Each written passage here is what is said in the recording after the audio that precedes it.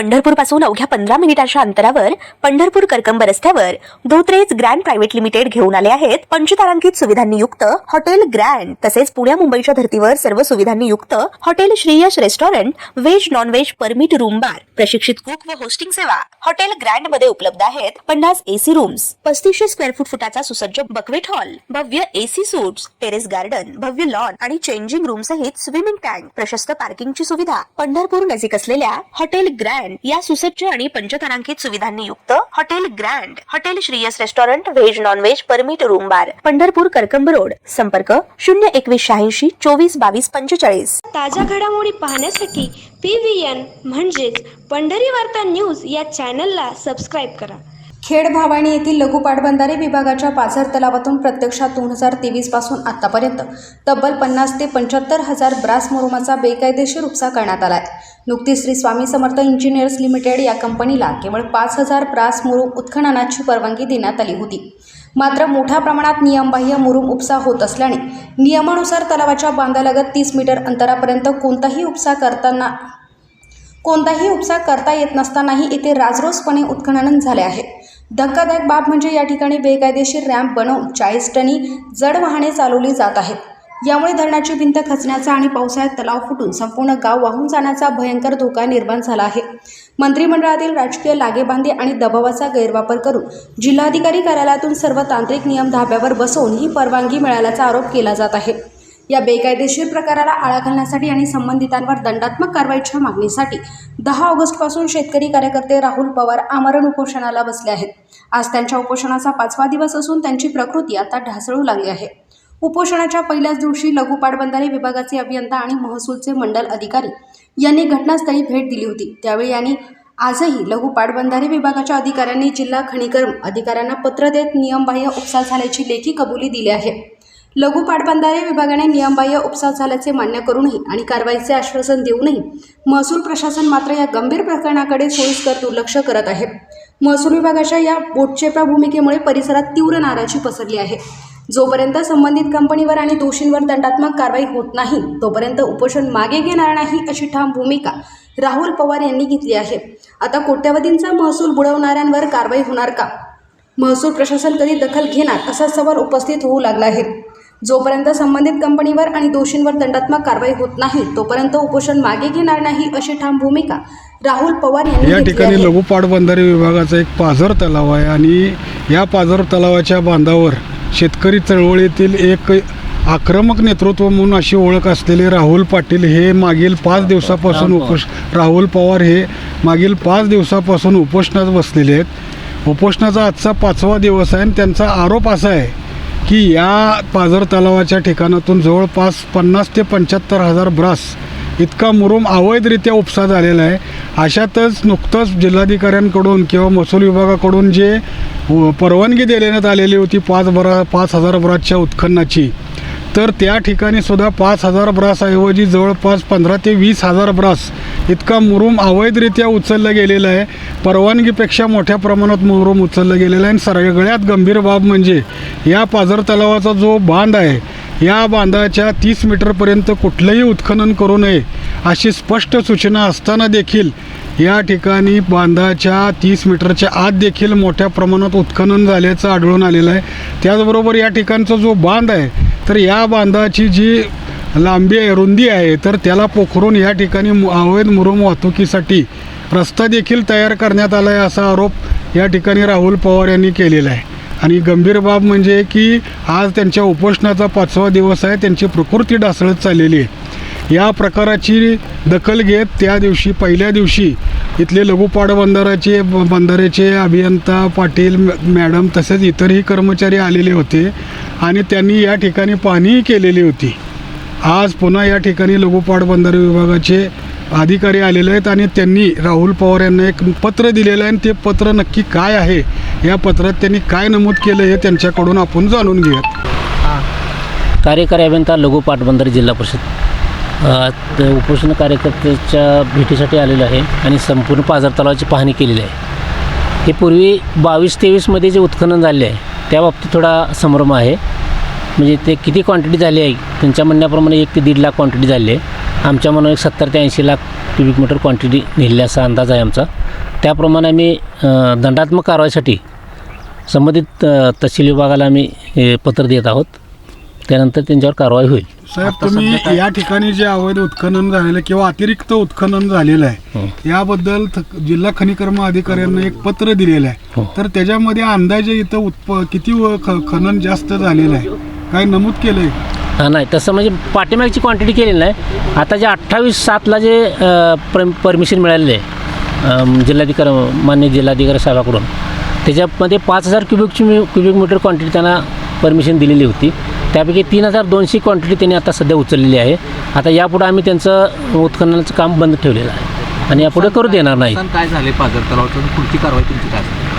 नुकसान झाले, थोडं बांधाच्या कडेला पोखरलेलं आहे आणि रस्ता केलेला आहे, ते आम्ही दुरुस्त करून घेऊ. त्याच्यावरती काही दंडात्मक कारवाई वगैरेचा काही प्रस्ताव नाही, जे नुकसान झाले ते आम्ही भरून घेऊ आणि ते आहे ते पूर्वस्थितीत करून घेण्याचा हे करतो आम्ही, प्रयत्न करतो.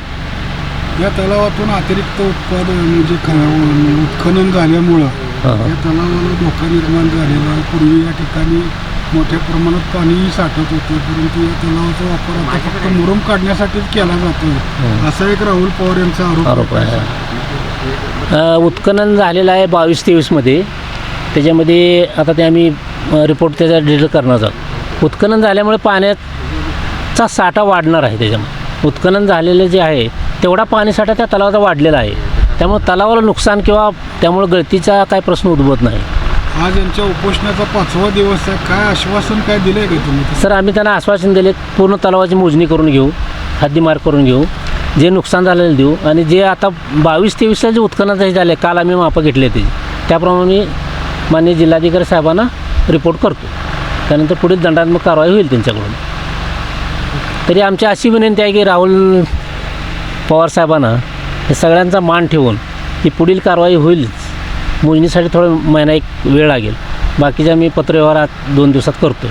तरी त्यांना आम्ही असे हात जोडून विनंती करतो प्रशासनामार्फत की त्यांनी उपोषण मागे घ्यावं, त्यांच्या तब्येतीला पण ते व्यवस्थित होईल. दिवस आहे आणि आतापर्यंत तुम्हाला काय आश्वासन दिले आणि काय कारवाई सुरू आहे? तर मुख्य तर माझ्या ज्या काही मागण्या आहेत सुरुवातीपासून मुख्य जो विषय आहे की जिल्हाधिकारी कार्यालयानं जे पत्र दिलं होतं मृद जलसंधारण विभागाच्या शासन निर्णयानुसार, त्या टर्म कंडिशन 1 ते 36मध्ये जे पत्र दिलेलं होतं महसूल आणि लपाला लघु पाटबंधारे विभागाला, त्या सर्व टर्म कंडिशनची ह्यांनी पायमल्ली केलेली तो जिल्हाधिकारी कलेक्टर साहेबांचा आदेश पायदळी तुडवलेला आहे. त्याच्यामुळं माझं ह्याच्यावरती ॲक्शन ऑब्जेक्शन तर आहेच.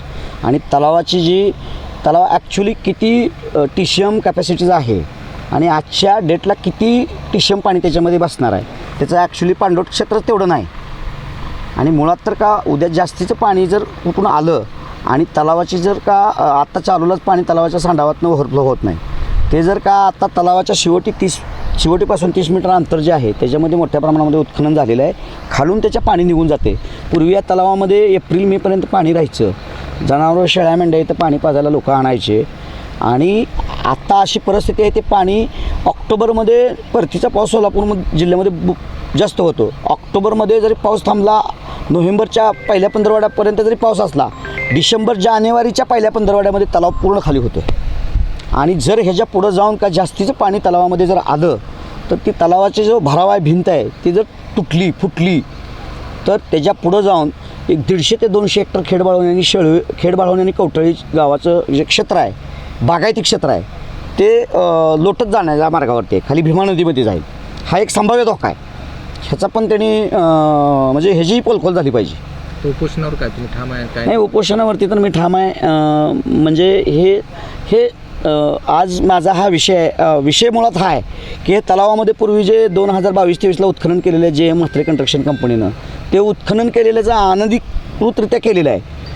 त्यांचे जे आता NHAची वर्क ऑर्डर येते आणि त्यांचं आणि यांचं मिसमॅच होतं आहे. हे आता 55,000 म्हणतात आणि त्यांची वर्क ऑर्डर हे मॅच होत नाही आहे. मी कमीत कमी 1,20,000 ते जास्तीत जास्त 1,50,000 हा अंदाज आहे. तर मी भूमी अभिलेख कार्यालयामार्फत आणि त्यांच्या कार्यालयामार्फत सॅटेलाईट व अत्याधुनिक जे आत्ता उपकरणं आणलेले आहेत किंवा एक स्पेशल केसमध्ये त्याच्यावरती एक कन्सल्टंट कंपनी नेमून तो तलावाचं सर्व हे झालं पाहिजे, ॲक्वायर झाला पाहिजे, त्याचं सर्व रिपोर्ट मिळाले पाहिजेत.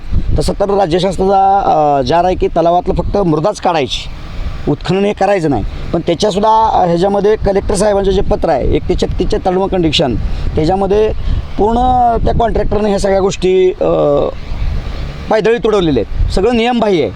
मग हे प्रशासनकर्ते जे आहेत महसूल आणि लपाचे, हे कॉन्ट्रॅक्टर दार्जिने आहेत का जनतेचे नोकर आहेत, हा प्रश्न पहिल्यांदा प्रामुख्याने माझा त्यांना आहे. आता लघु पाटबंधाऱ्यांनी खनिकर्म अधिकाऱ्यांना, जिल्हा खनिकर्म अधिकाऱ्यांना जे पत्र दिलं आहे त्यात त्यांनी काही बाबी नमूद केले. त्याच्यामध्ये जे बांधाच्या शेजारी उत्खनन झालेलं आहे किंवा अतिरिक्त उत्खनन झालेलं आहे ही बाब देखील नमूद केलेली आहे. त्याच्यावर समाधानी नाही का? नाही, समाधानी मी असण्याचं कारणच नाही. मी समाधानी असण्याचं काय कारण आहे? जे तुम्ही जिल्हाधिकारी कार्यालयांचे जे टर्म कंडिशन 1/36 आहे त्याच्यामध्ये जिल्हाधिकारी कार्यालयाने तुम्हाला स्पष्ट सांगितलेलं आहे 1 ते 30 मीटर अंतरामध्ये कुठंही एक खडा पण उचलू नका. आणि त्या तलावाचा जो शेवट आहे तिथं 10 लाख रुपये आपण राज्यशास्त्राने टाकलेले आहेत तलाव दुरुस्तीसाठी. तो त्याचा भराव तोडलेला आहे. COT-पासून 30 मीटर उत्खनन मोठ्या प्रमाणात केलेलं आहे. हा फार मोठा गंभीर गुन्हा आहे. ह्याचं उत्तर त्यांनी कलेक्टर साहेबांना द्यावं ना. गौण खनिजावर दंडात्मक कारवाई करण्याचे अधिकार महसूल प्रशासनास आहेत. आज उपोषणाचा 5वा दिवस आहे. पहिल्या दिवशी आले, पंचनामा करून तुम्हाला त्याची एक कॉपीसुद्धा त्यांनी दिलेली आहे. नाही, दिलेलं नाही. दिलेलं आहे, पण त्याच्यामध्ये विषय हा व्हायला लागलेला आहे की ते मिसमॅच आहे. म्हणजे तत्कालीन आत्ता ज्यांनी कोणी ताबा दिलेला आहे ह्या कन्स्ट्रक्शन कंपनीला, ते पहिल्या दिवशीचा जे त्यांचा रिपोर्ट आहे तो फार कमी नगण्य आहे. आणि दुसऱ्या दिवशीचा पण त्याच्यापेक्षा जास्त आहे. आता तिसऱ्या दिवशीचा जास्त आहे. आणि आता पुढे नंतर त्याच्या पुढे जास्त निघतो आहे. आणि भूमी अभिलेखनं बघितल्यानंतर तर ते फार चुकीचं आहे. शासनाची ह्या सगळ्या स्थानिक प्रशासनानं दोन्ही प्रशासनानं फसवणूक केलेली आहे. महसूल प्रशासनाकडून परत या 4-5 दिवसात तुम्हाला काय उत्तर? नाही, महसूल प्रशासनाचं मला सहकार्यच नाही. कोण तुमच्या भेटीसाठी? नाही, भेटीसाठी तर नाही. म्हणजे भेटीसाठी काल परवापासून यांचं सहकार्य नाही. हे व्हॉट्सअप आणि फोन, तहसीलदार साहेब तर फोनसुद्धा रिसिव्ह करत नाहीत.